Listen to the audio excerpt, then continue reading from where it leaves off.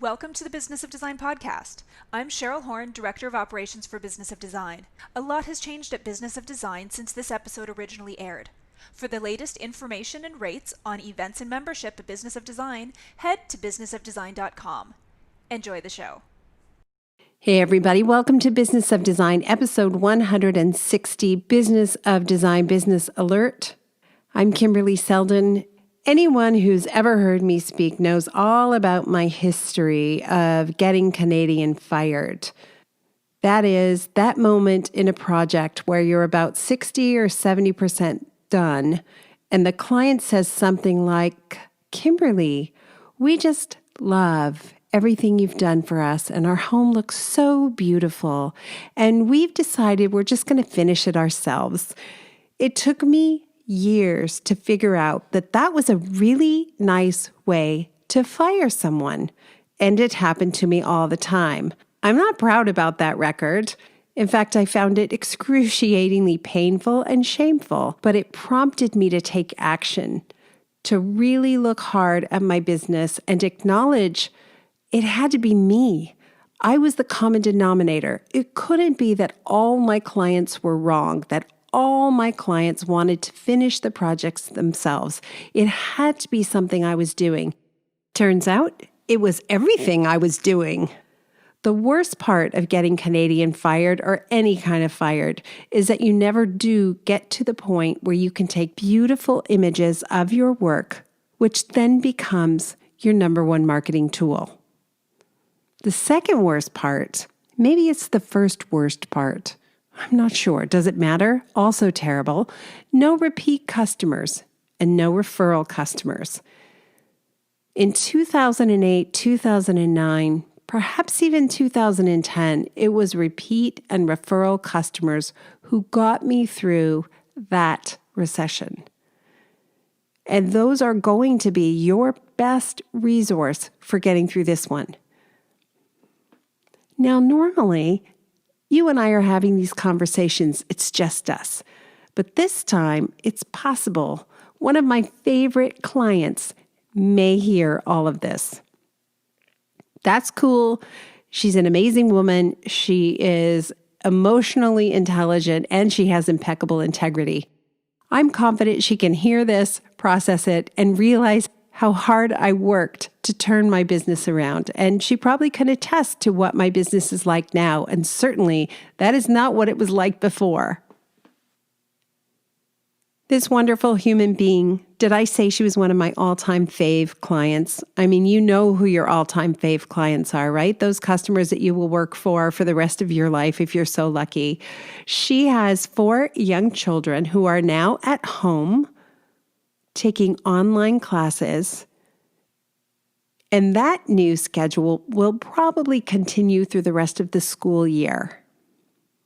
Yep, that's a thing that's happening in lots of places. I asked Maricke if she would be willing to give us some insight from the client's perspective on how we can navigate some of the trickiness that lies ahead. For example, what do you say to those clients who are just about ready to move forward with a project? Is it really a good time to do that? For one of my clients, we recently did a huge presentation and collected all the deposits. And now I have to talk to her about a whole bunch of things that concern me, that didn't concern me a month ago. Should I be advising my clients to move forward as if everything is fine? Nothing could go wrong. That doesn't seem very wise. What exactly is in the client's best interest? And what about this scenario? What if I have a small firm? I don't have my systems and procedures buttoned down, and I desperately need money that's owed to me. How can I ask for it? How can I be sensitive to what clients are going through right now and still find out if they're going to pay me for past work? What about future work? Can I ask for it right now? Is it too early? So many questions, and Maricke was so generous in this episode. I know lots of you are dealing with young children at home like Maricke is. My son is in Toronto, and he's safe and healthy, thank goodness, but I wish he were staying here with me so I could smother him with love. He's not having any of it right now. My daughter moved out of her Hollywood apartment and into my more spacious home in Santa Monica. I'm hoping she doesn't get used to it. Those of you who attended Business of Design's elite retreat in Santa Monica will remember my place, but now those ceilings that were kind of low are gone. We got ourselves an extra 1.5 feet, so I have 9.5 foot ceilings now. We were in the midst of a reno, which is now stalled. So I understand all too well the dilemma of the homeowner in the middle of a project right now and the designer in the middle of a project right now. There is plenty to talk about. And guess who's back for announcements? Cheryl Horn. It's so good to have you back doing announcements. It makes me feel like maybe we're going to come out of this okay after all. Well, I think the first few podcasts, we've been rolling them out so quickly that we just haven't had a chance, and so many other staff meetings in between just to gear up for everything we have on the go right now. Well, anyway, it's really nice to see your face, and let's jump right in. What's going on besides so much? So much. So before I get into a couple of things, I just wanted to share with you, because I got an email from Alexa, who was just on the last episode. So she sort of sent a follow-up. I guess it was sort of an afterthought to your conversation after you interviewed her last week. You had asked her about what she would say to members who are having problems on projects, clearly because they took their own little detour away from following the exact Business of Design's 15-step project management strategy exactly as they are written. Right. Or exactly as they're intended, rather. So she just thought of a good analogy, and clearly you can see where everybody's mindset is right now when she shares this. She says you can offer them ER care, stop the bleeding, sew them up, give them a quick care and keep them alive. But unless they decide to make a fundamental change to the way they do business, you'll only be a Band-Aid. Business of Design is a stay well plan. As long as you follow it, your business is going to stay healthy. If you just pick and choose little bits here and there. Yes, then a situation like this occurs and you're going to figure out where the hole is, but then it's too late. Yes, totally agree. Great analogy. But this also holds true for those people who are not yet members, those people that we have known for years, Cheryl. You know some of them by name, as I do. They frequently attend Business of Design events at High Point or Las Vegas Market or wherever we are. They are podcast listeners. They're big fans and so supportive, but they just haven't committed yet. It's heartbreaking. But this is the only wake-up call you need. Take advantage of the huge opening in the world right now. Your schedule just got cleared. Even if you have children at home, you are not making a commute. You're not driving around town to soccer games. No matter how you slice it, you have more time now than you ever would have had under any other circumstances. Don't squander this opportunity. It's time to try something that's already been field tested, that already works. No time for theory, no more. Great analogy. Thank you so much, Alexa. It is. And I think that addresses so many of the questions we're getting right now. A lot of people, their biggest issue or a lot of the questions we're getting is all around cash flow. And the fact of the matter is, if you are a Business of Design member and you are following Business of Design's invoicing, collecting policy, you shouldn't have cash flow issues right now. None. If you're not following exactly, and obviously saying that after the fact doesn't help those who are struggling right now. And that's the information that we're putting out there now to everyone. But, you know, you can sort of apply that in so many ways with so many of the topics that we're talking about right now. Yeah, it's very, very true. And it is a bit like closing the barn after the horses have left the stable. I'm not sure if I'm mixing a metaphor there. Is it cows that you close the barn door for? Or is it horses? I don't know. Horses, maybe? I don't know. Horses, yeah. Thank you. That was wonderful. And I do actually have one more sort of small housekeeping before I talk about what's coming up. On last week's coaching call with members on Wednesday, you had read through a letter that you sent out to clients. And as promised, that letter is available. It's a download along with the recordings. When you go for our members, when you go into courses and click on group coaching sessions, all of our past recordings are there, including the one from last Wednesday, and the email that Kimberly read is there. If you missed it and you want to go back and watch it, don't just use the letter, watch the video as well, because Kimberly talks about how she actually customized that for each client, whether it was a current client or a past client. So there's more information that goes along with just the letter. That is there. And as promised, along with future coaching calls, as Kimberly sends out more touch points to her clients, we will continue to provide you with those templates.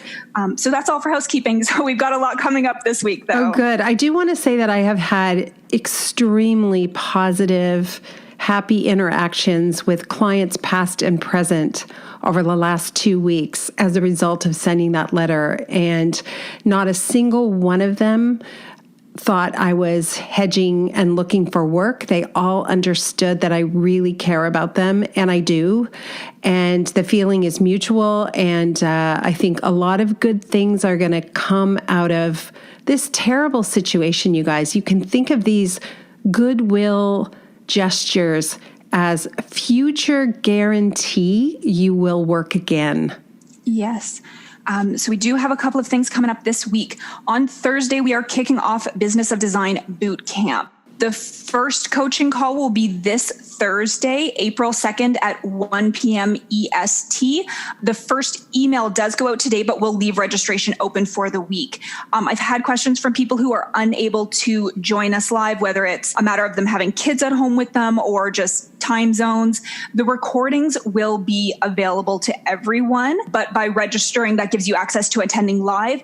And because we are sending out a few more newsletters than usual, we don't want to overwhelm everyone. So only those who are registered will get our weekly emails, but the calendar of courses that we'll be doing each week and the topics we'll be covering are available online as well. So if you don't register, you still have access to our timeline, our schedule on the website, and you will still have access to the recordings. So that starts this Thursday, and we'll be running those every Thursday for the next 5 weeks.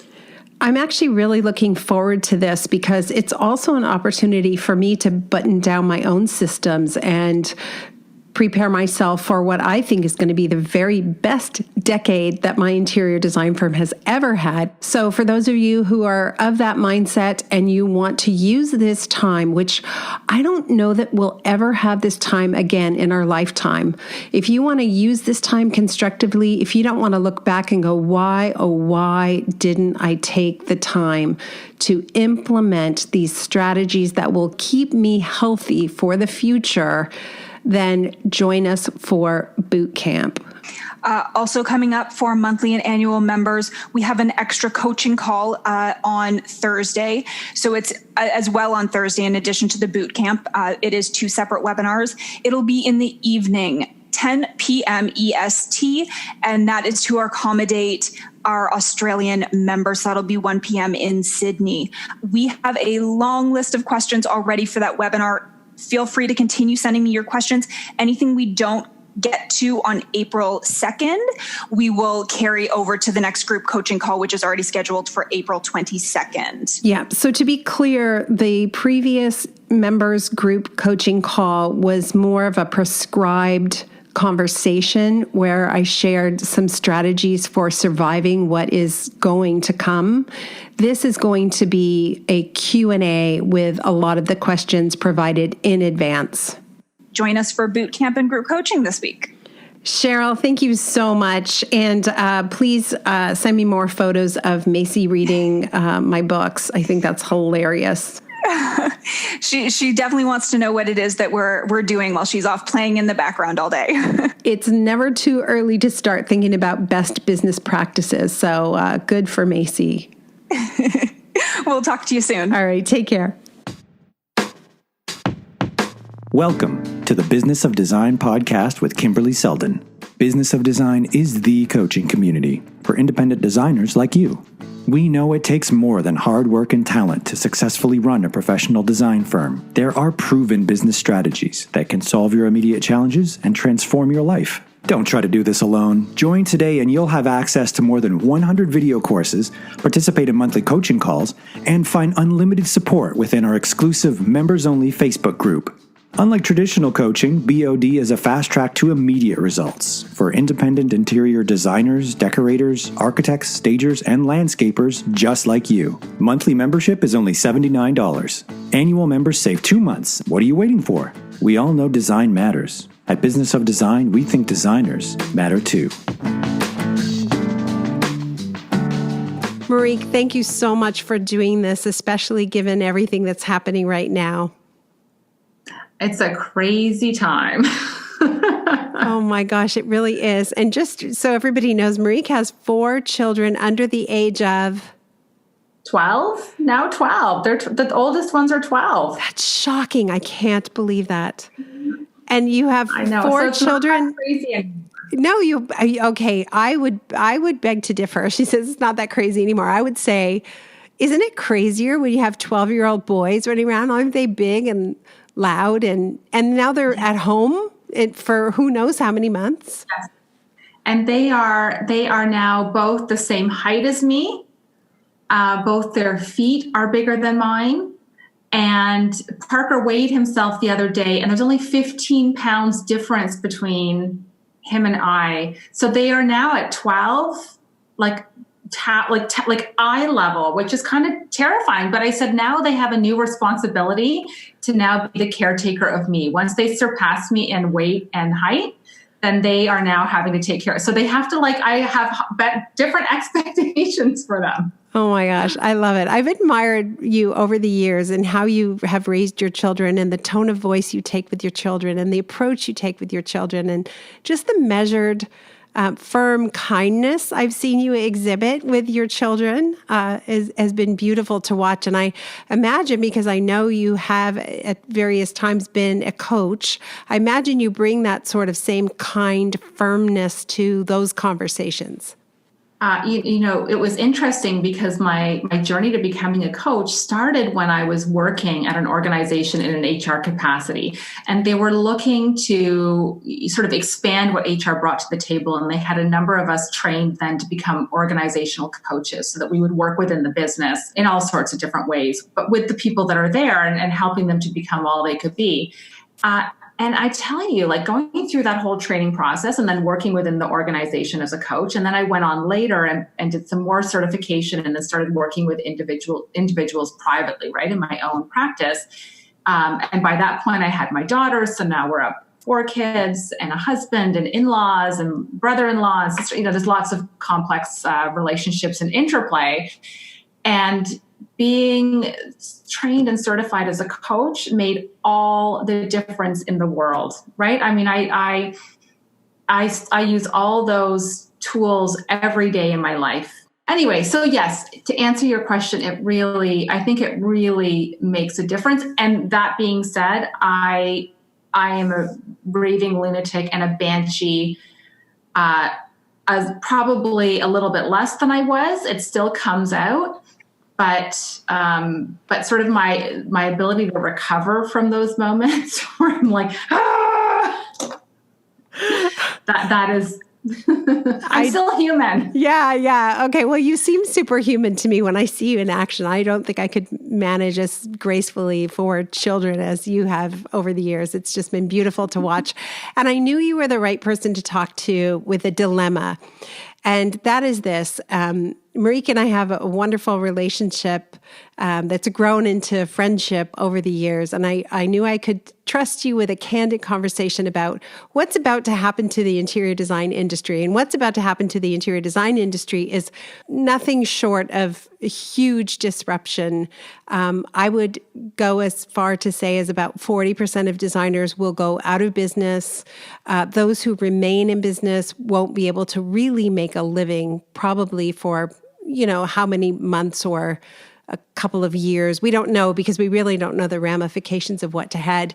And there are all these kind of moral issues that come up during this time period where we're trying to manage our feelings around a business that's really in trouble and manage the feelings of our respected and trusted clients. And so I thought you'd be a really good person to just talk to, honestly, about some of the weird moments we're going to find ourselves in right now, if that's okay.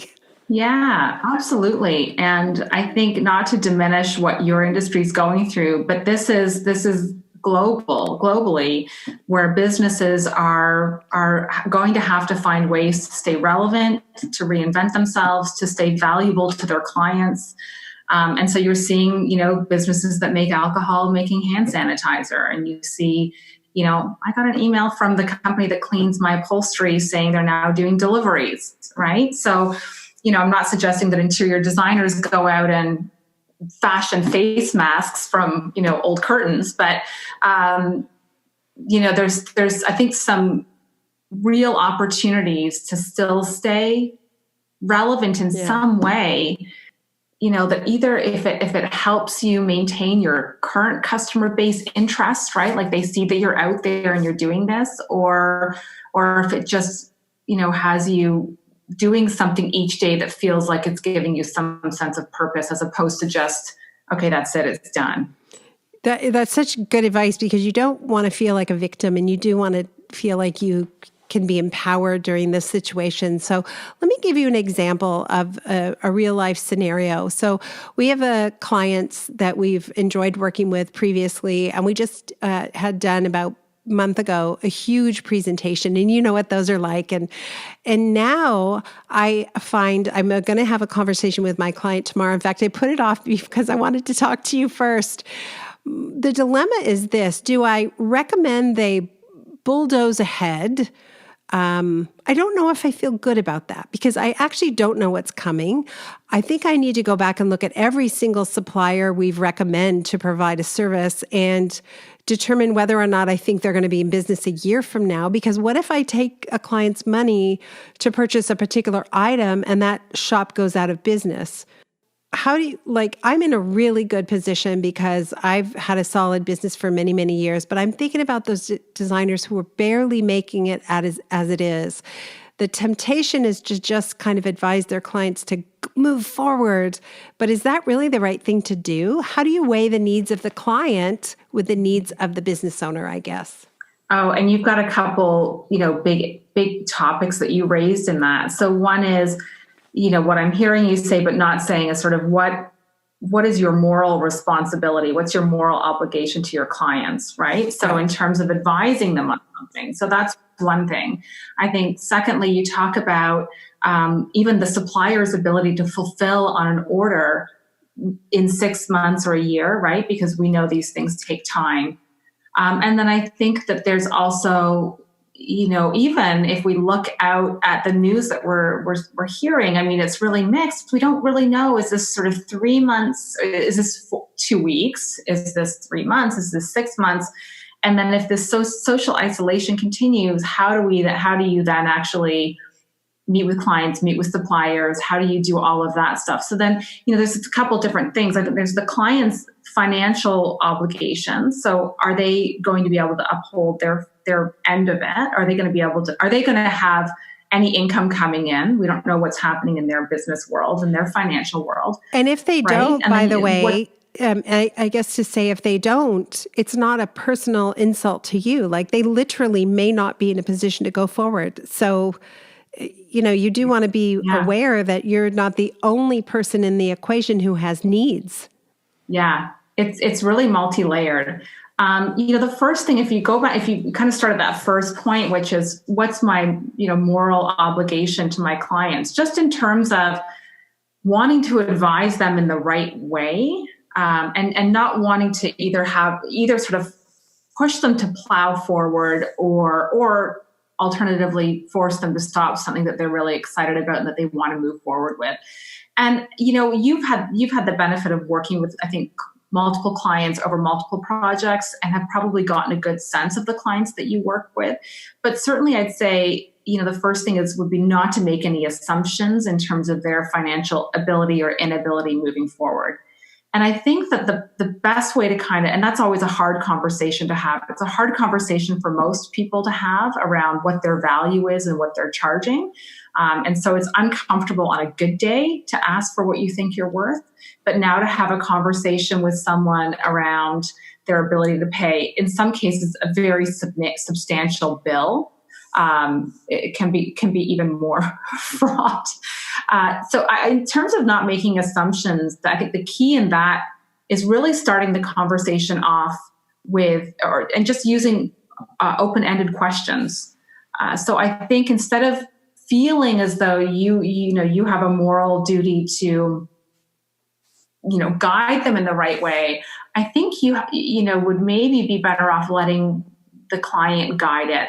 And you can do this by asking some questions that really kind of get to whatever the answer is for them, right? So, how are you feeling about this project? Given that this pandemic is unfolding the way it is, how are you feeling about moving forward with this project? Or where are you at right now when you think about this project? What's coming to mind for you? What's in the way of you moving forward? Or is there anything in the way for you in order for us to move forward? I think wanting to understand where they are, because if the client isn't able to move forward, nothing else matters anyways. Yeah. So I think having that conversation first and foremost, my sense, at least even for Jim and I, thinking about design projects we have lined up, I think most people seem to know intuitively right now what is going to be the problem for them, right? So is the problem going to hit now? Is it going to be a year from now? Jim's business is project-based and it goes on about 4-year cycles. So there might be a financial impact to him in 4 years, right? But right now, all the projects are he's making money from things that were signed up 4 years ago.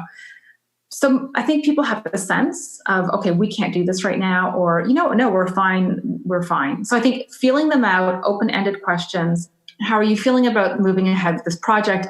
We just did this great big presentation. You were super excited. That being said, the landscape is changing. How are you feeling? I almost feel like I need to advise my clients to not move forward because I really believe some of the companies we've proposed won't be around. And I also believe that this is terrible to say. If you're listening and you need the money, I'm sorry I'm going to say this, but I do feel like it's my obligation to tell them that some of the things we want to purchase may go on sale in a very big way in the next 6 months, and they might be wise to just sit tight for 6 months. Let's see if what happens when the dust settles. But of course, that's really easy for me to say. If you are trying to figure out how you're going to buy groceries, you're not going to be able to have that conversation with clients. But the other thing you said about not having assumptions, I think is really important, because one of the things that happened to us in 2008, 2009 is I made an assumption that my wealthier clients would move forward because they said they were okay, but then they didn't move forward, not for years, because they felt uncomfortable with the optics. They didn't want to be putting in a new kitchen when their neighbors had lost a job. And so even people who had the means decided to hold back. So it's really important, like you said, do not make assumptions. You know what? I love that. I actually love that optics piece. It's not something I would have thought of, but I think that's really important during this outbreak as well.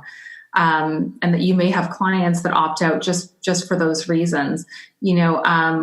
Certainly for us, we think about other family members that won't be okay and are potentially going to lose one, if not both incomes. And so, then where would we be investing our money? More than likely in supporting family members. So there are different impacts that, may not be felt directly. I hear what you're saying about the suppliers, and that is a huge part of it. And, I think if you're a seasoned designer and you've got some, money tucked away for a rainy day, and you can do that. And then I think that's the very first honest conversation you have with clients is, we made a proposal, or if you're midway through a design project, I'm concerned about our ability to get some of these items as this escalates, and the very real possibility that these things could be on sale, and so there might be maybe we can get them cheaper. So I absolutely, I think if you have that sense, then you should share that with your clients. And I think, and you have some clients that say, okay, regardless, maybe we're going to fly by the seat of our pants a little bit here, and it may not turn out exactly how we had planned it because we're going to lose a fixture here or curtains here or a supplier here.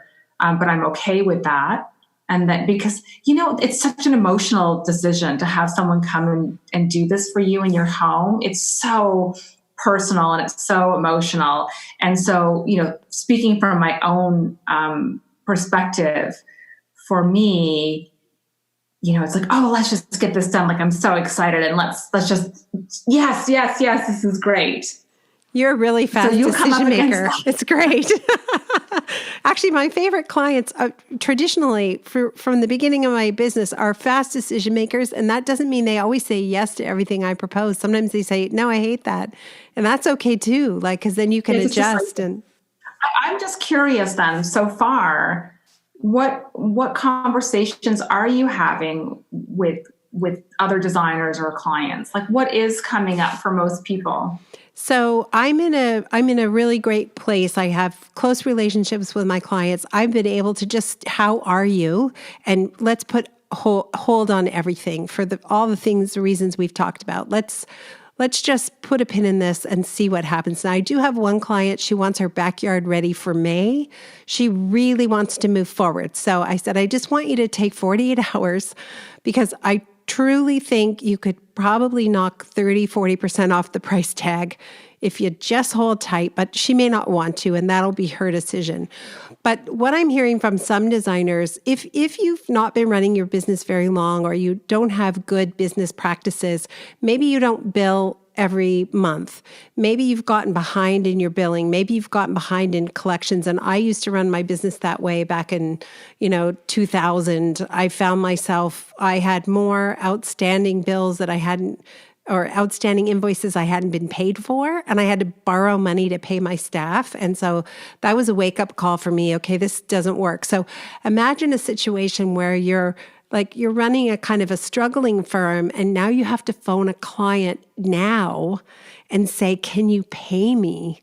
Those are the kind of questions we're getting from designers in the industry saying, how can I collect on my clients now? I feel horrible, but I need the money.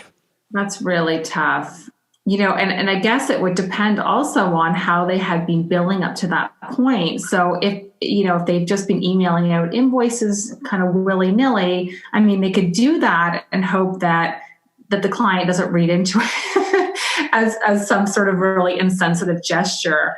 And if nothing else, have that be their wake-up call for, I've got to run a tighter ship when this ship gets kind of back in the ocean. Again, you're back to, making assumptions. Some customers will receive that invoice and just pay it, and it's no big deal. And then they'll have clients who will actually say, I can't pay this right now. We've both lost our income. Yeah. And I think you have to just cross that bridge when you get there. But I do think you kind of have to take it head on. And I can speak from experience in 2000, 2001, when I found myself in this position. I had a coach who helped me figure out how I was going to do this, but I had to phone every single client and I had to say, I'm sorry, because I realize now that my business practices are sloppy and that's probably caused some stress for you. You don't know when you're going to get a bill. You don't know when it's going to end. You don't know when I'm ever going to be done. So I had to kind of own it. And then I had to tell them, I realize now that you owe me for 5 months fees. And that makes me anxious, but it's my fault. So can we figure out how to get this back on track? And everybody was decent about it, with one exception. Everybody was very kind and decent, and we figured it out. And I thought, I am never doing this again. It's not really fair to the clients to not know what's coming and when it's going to be over and all that kind of stuff too. So I think you just have to have a really uncomfortable conversation. I love how you did that. I really love how you owned it, right? And I mean, that ultimately is how you're gonna basically earn back your integrity with the client. right? Is that you had lost your integrity with them. You'd lost your integrity with yourself and with your business. And maybe it was never there to begin with. You didn't even know it was an issue until it was one. And I think that's good advice for the people that listen to your podcast and those designers, that they may have to have an uncomfortable conversation with a client if they're behind in their billings and they're anxious to get on top of them now, given that their income stream is going to dry up a little bit. I think that's, then they're going to have to confront it, like you said. No hiding from it is going to help. It's not going to help their income issue.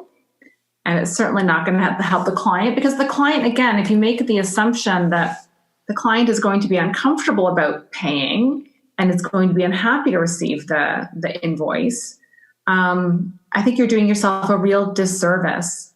Because at no point when I get an invoice for your fees am I ever upset. Jim might be. I'm not. Jim would be for sure. I'm upset. Sometimes I look at the invoices and I think, oh my God, how did this happen? And I go back and I read the log sheet, and I'm like, okay, wow.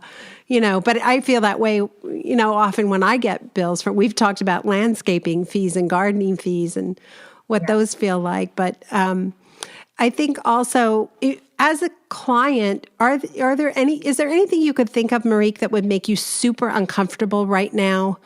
I feel like I'm a bad person to ask those things about being sensitive about, because I feel like I'm not overly sensitive about really anything. There's very little you can do to offend me as a person or as someone who's provided a service or as a friend.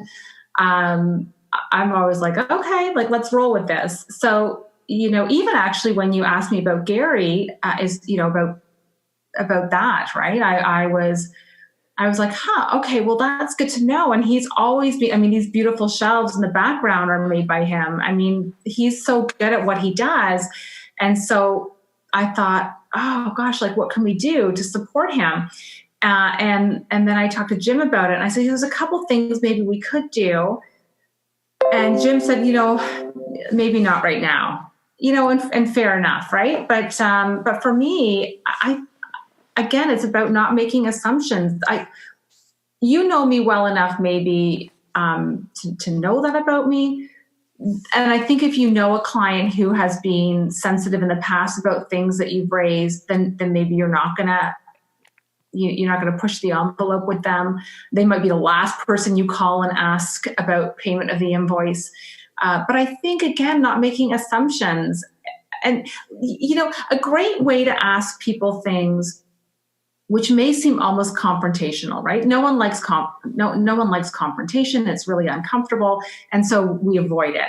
I think asking for money, especially when it's you owe me something, feels like you're saying to someone, you owe me something, which can feel really confrontational and uncomfortable. And so my trick in a lot of situations is to bring levity to the situation and to the way that you ask. I think you can also be mad at your children and use levity. You can be mad at your husband and use levity. And I think sometimes it makes it easier, especially if you don't like to ask serious things. And so I think, a way around that is having this conversation, right? Is, God, this is really awkward and I don't like to ask this. And you can be honest about that. I haven't had too many of these conversations, and now this virus has come and, these are strange times. And so I'm going to ask you something that, I'm going to have a conversation with you about something that I've never had to have a conversation with anyone about like this. So this is new, right? I love that. That's a really good approach. It lets them off the hook too, because they're going to feel awkward. Lets them off the hook. Yeah, it lets them off the hook. Absolutely, for even having a really polished, perfect answer. It just is, I'm just throwing this out there. I'm looking for projects. It's kind of a bad time in the economy right now. Do you need anything done? And, I'm sure you have a lot of young designers and followers, and they're so smart with social media and Instagram. And, I think there's lots of ways out there that they can remain really creative and relevant, and build a client base in a different way while they can't actively be out maybe doing the work they really want to be doing. I love that. Thank you so much for being willing to share this advice. It's really helpful. And I should go back and say, Maricke mentioned Gary. So Gary's a wonderful supplier who makes all of our case goods and cabinetry. And he reached out with concerns about his workload drying up and asked if there's any projects we could move forward with. And one of them is a project down the road for Maricke and Jim. So I felt comfortable enough with Maricke to say, listen, he's looking, is there anything? And, it's just a time where relationships are all that matters. And so those suppliers and trades who have been so good to us over the years and have delivered on the promise of our brand over and over and over again, I'll do anything to keep those people working, so there's going to be some good things that come out of this. It's going to be uncomfortable in the short term, but I think one thing is we're all going to have more of an appreciation for our home. And are we living in a home that feels comfortable and we have everything we need? And what this self-isolation period has been like may impact the choices people make in their homes in future for sure. I think you've touched on so many really good salient points there. And I think the key, if people are going to take anything away today, I think, don't make assumptions about what people would be willing to do at this point in this pandemic. So don't make assumptions there. Don't make assumptions that all conversations about money are going to be awkward and awful, that there are a lot of people that don't have financial hangups or that are very open about their financial abilities or inabilities and will happily engage in that conversation with you. And there will be people that don't, or it's more uncomfortable. But bring some levity, apologize, be self-deprecating. These things actually usually help to kind of soften the tone and make it feel a little less serious and uncomfortable for everybody. And I think too that if you're looking really, you mentioned 40% of designers potentially may not have anything left after all this is over. And so I think there's a real opportunity for the designers that are out there who have relationships with suppliers and guys that build wonderful bookshelves like this, tradespeople, builders. If you can, I think, kind of maintain those networks as much as you can, and even look at, I'm not a designer, but even looking at kind of making jobs smaller, right? More scalable so that you're not doing an entire basement in one go, but maybe you're just going to do the bedroom and we can do that in 6 months and we can actually get a handle on those supplies and we can work just with our suppliers, a smaller group. If we can funnel all of our projects into this smaller group, maybe we can help keep them afloat. Maybe it's, there's a way to kind of come together and really bolster and keep those good suppliers in business still. And I think it's actually, Kimberley, reaching out to clients and saying, hey, we've got a couple of these kinds of suppliers. And, do you have anything that we can work on that could keep them working? I mean, yeah. I think that just shows that side of humanity that we really want to see in these kinds of times. Yeah, people absolutely. Working together. I love it. I know. Yeah. So good. Thank you so much. Really, that was just so generous of you. I was sort of reluctant to ask because I'm like, this might be really uncomfortable for someone to answer these questions, but I know you have a very high emotional intelligence. So I thought, no, if anybody could handle it, it's Maricke. Well, thank you. I appreciate it. Anytime I can help. I mean, I hope it was helpful, if, even a little bit. Absolutely. But if nothing else, I enjoy talking. I know.